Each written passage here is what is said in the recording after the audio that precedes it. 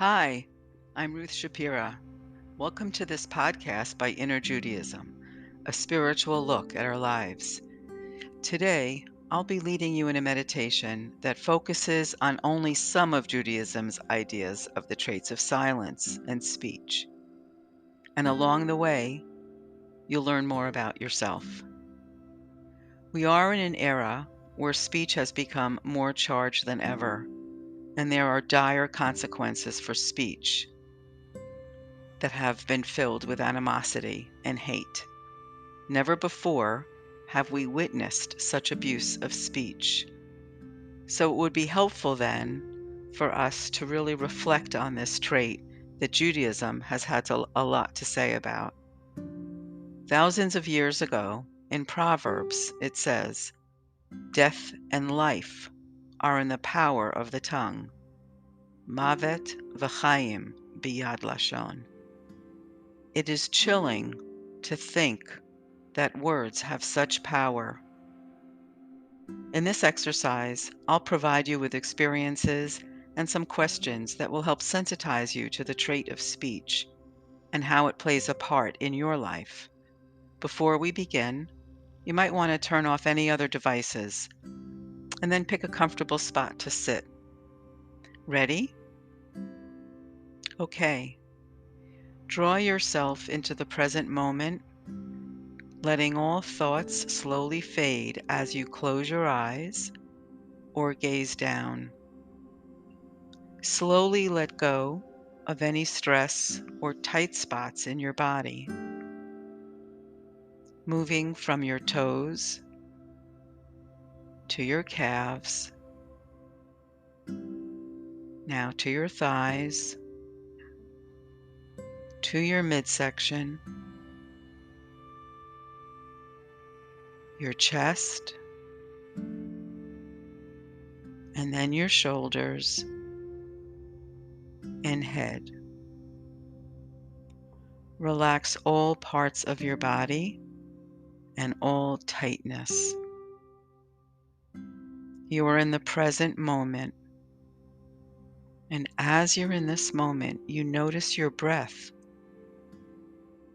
Inhale slowly, and then exhale slowly.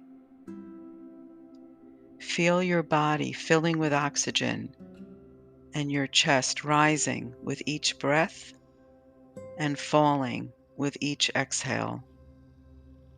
Invite into this space your willingness, your openness, and your intentions to learn a little bit about Judaism, and in the process, a little bit about yourself. Let's begin by sensitizing ourselves to sounds. In that way, we will increase our capacity to hear our own speech. Listen to your surroundings carefully. Notice any sounds at all. The humming of an appliance, the chirping sound of a bird, the faint noise of others who are speaking. Allow yourself time to pick up any slight noise and continue being aware of the silence and the noises that might be breaking through. I will read you a quote from Proverbs, Mishle, which is Judaism's wisdom literature. I'll read it slowly, and I'll read it twice so you can grasp its full meaning. A knowledgeable person is sparing with their words. A person of understanding is hesitant to speak. A knowledgeable person is sparing with their words. A person of understanding is hesitant to speak.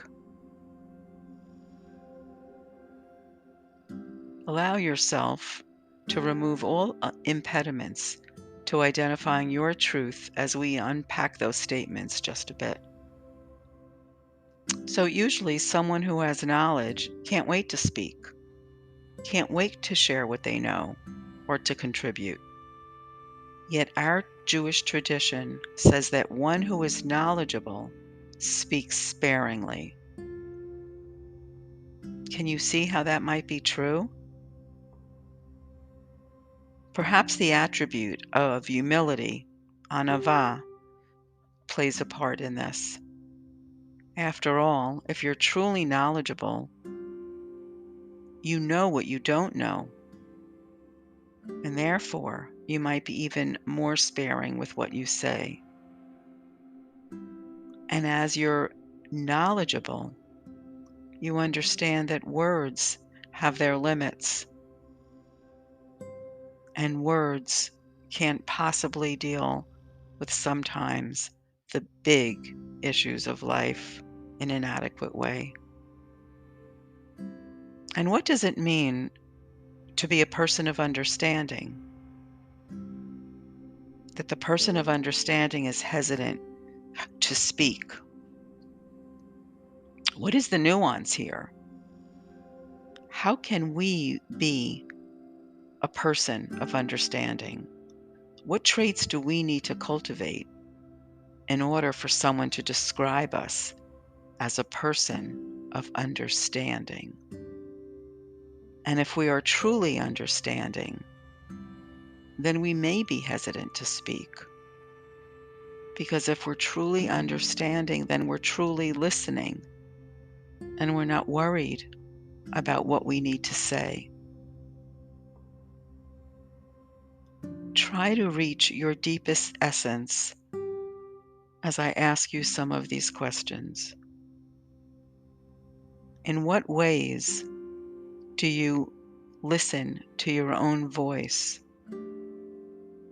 In what ways do you know your own manner of speaking? In what ways do you know your own manner of holding back from speaking?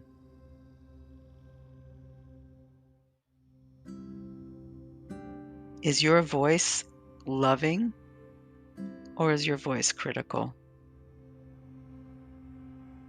Are you generally sparing with your words? Are you generally hesitant to speak in favor of understanding and listening? Do you think through what you want to say and how it will be received? Try this visualization. Imagine that your words, each word that you speak, is a gemstone, a sparkling essence that's incredibly valuable. You'll spend your words wisely and then be careful with your words. Death and life are in the power of your speech. You can hurt with a word. You can heal with a word. The choice is always yours. Think of the times when you have an opportunity to speak. What is the tenor of your voice? In what ways can you convey a loving presence to those who you are listening to? How can you cultivate within you the ability to be more understanding, someone who's careful with speech? Think about your speech as filling someone's heart with your attention.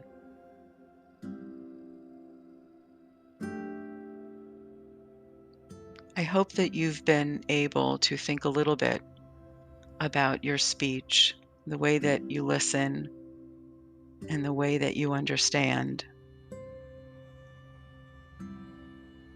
As you exhale, have a sense of releasing all obstacles that stand in your way of having better speech. Take a few deep breaths, slowly in, then out. And as you inhale now, take in all that is good, increasing your capacity to listen and to speak wisely when necessary.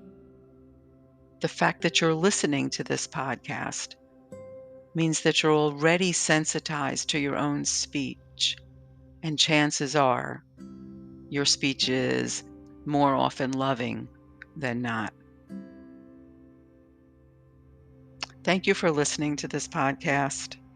If you found it enlightening, please share it with your friends. Or if you want to make a comment, please connect with me. If you want to receive a sheet with more sources on speech, contact me at innerjudaism.com, where you can also subscribe to Inner Focus, a spiritual newsletter that I write. I'll be looking forward to hearing from you. Take care.